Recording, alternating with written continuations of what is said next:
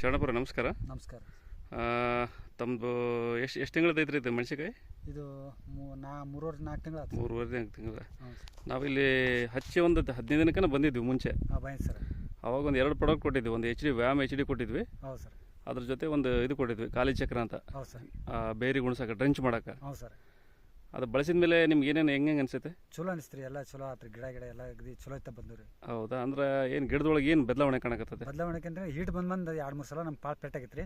ನೀವು ಹೇಳ್ಕೊಟ್ಟಿಂದ ಅದು ಹೀಟ್ ಬಂದಿಲ್ಲ, ರೀತಿ ಬರ್ತೈತ್ರಿ, ಬರೋದಾಗಿತ್ತು. ಅಂದ್ರೆ ಗಿಡದ ಎಲಿ ಗಿಡ ಬೆಳವಣಿಗೆ ಚಲೋ ಆಗೈತ್ರಿ. ಬೇರು ಅವೆಲ್ಲ ನೋಡಿದ್ರೆ ಈ ಪಕ್ಕದ ಹೊಲ ಬಳಸಿಲ್ಲ ಅವರು. ಹೌದು.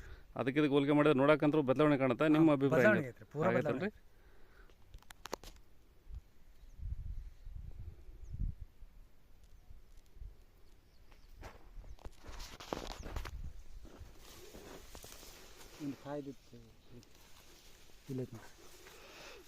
ಕಾಯಿ ಇಳುವರಿಯನ್ನು ಸ್ವಲ್ಪ ಚೆನ್ನಾಗಿ ಅನಿಸುತ್ತೆ.